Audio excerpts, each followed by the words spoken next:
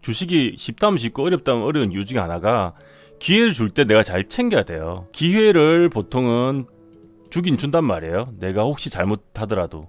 제일 좋은 거는 잘못하지 않고 대응하고 챙기는 게 제일 좋고, 보통은 못 챙겨서 한 번 정도는 기회를 줘요. 한 번 정도는 기회를 줘, 보통은. 내가 물려도 보통 보면 반등이 한 번 정도 온단 말이에요. 그러면 내 본전을 넘을 수도 있고 본전이 올 수도 있고 본전이 조금 못 올 수도 있어요. 근데 이 기회를 안 놓치고 내가 빠르게 대응을 할 수 있어야지 다음에 크게 물리는 게 없는 거예요. 여기서 한번 실수한 거잖아. 실패했는데 내가 이렇게 반등이 나왔는데 내가 꼭 나는 수익만 봐야 팔 수 있어, 이렇게 마인드가 굳어버리면 이거 못 팔고 그대로 물려버릴 수도 있는 거거든. 여기 관점이 유연해야 되는 거예요. 그냥 한 뭐 1% 정도 내는 마이너스 손절하면 되지 생각을 갖고 있어야 돼요. 운이 좋아서 1%가 아니고 수익 위로 올라올 수도 있고 보합일 수도 있고 못 올 수도 있는 거란 말이야. 그러면 여기 주는 첫 번째 기회를 놓치면 안 돼요, 주식은. 이거 놓쳐버리고 내려가면 이 다음부터는 뭐 전문가라고 한 사람이든지 뭐 고수라고 하든지 어떤 얘기를 해줄 수는 있겠죠.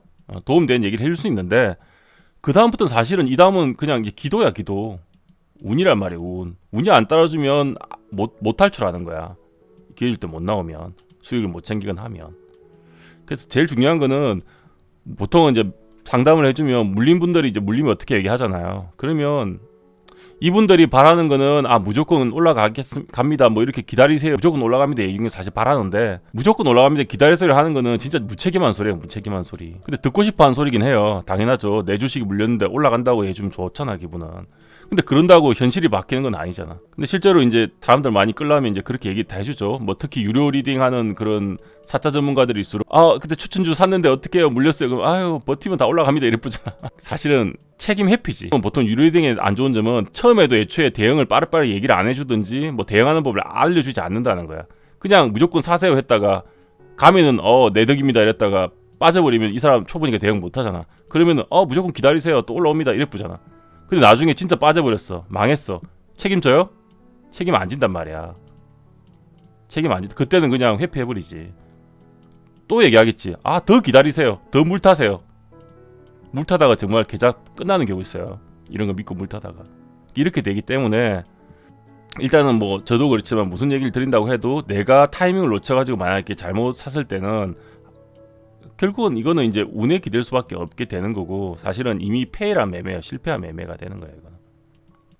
주식의 손절은 제가 생각하기에는 그 기준에 단타는 한 못해도 3% 안쪽에서 마이너스 1%, 마이너스 2%, 마이너스 3% 안쪽에서 하는 게 단타의 손절이고, 그 서인 관점의 손절은 대충 뭐 마이너스 한 5% 정도 내외에서 해줘야지 제대로 된 스윙 손절이 되는 거고, 단타에서 손절은 아까 말했듯이 1%나 뭐 2%나 3% 이 정도 하는 게 좋고, 스윙은 한 보통 5% 내외인데, 근데 세력주를 건들거나 급등주를 하면 변동폭이 더 크기 때문에 보통 손해가 심하면 10% 정도 자를 때도 있단 말이야. 이걸 원하진 않아요. 보통 세력주도 가능하면 5% 내에 자를 수 있게 내가 타점을 잘 잡아야 돼요. 근데 이제 너무 변동폭이 크다 보면 이렇게 될 수도 있단 말이에요. 그럼 이러려면 뭐가 중요하냐면, 핵심이 비중을 잘 조절을 해야 돼요. 스윙이 내가 베팅할 때 이 정도의 기본 베팅이라 그러면 이게 뭐 아까처럼 한 뭐 10이 들어간다고 하면, 세력주는 그럼 5만 들어가는 거예요. 5만 들어가면 내가 세력주에서 10% 손절을 해도 어때요? 실제 내 보통 일반적인 매매 기준으로서 5% 손절이 되는 거잖아. 이게 계좌 관리의 일환이기도 한데, 그럼 실제로 나는 5% 손절한 거잖아요. 얘는 변동폭이 커서 들어갈 때 애초에 반 비중, 절반 비중만 들어가면 되는 거잖아. 그럼 내가 10% 손절해도 실제로는 5% 손절한 거니까. 이런 식으로 비중 조절이 필요합니다, 만약에 손절도. 그래서 권하는 건 이 정도가 좋아요. 그래서 사실은 나중에 또 가끔 제가 설명드리지만, 내 손절 폭에 맞춰서 지지선을 잘 맞춰가지고 내가 기다리는 매수를 해야 되는 거예요. 기다리는 매수를 해야 돼요.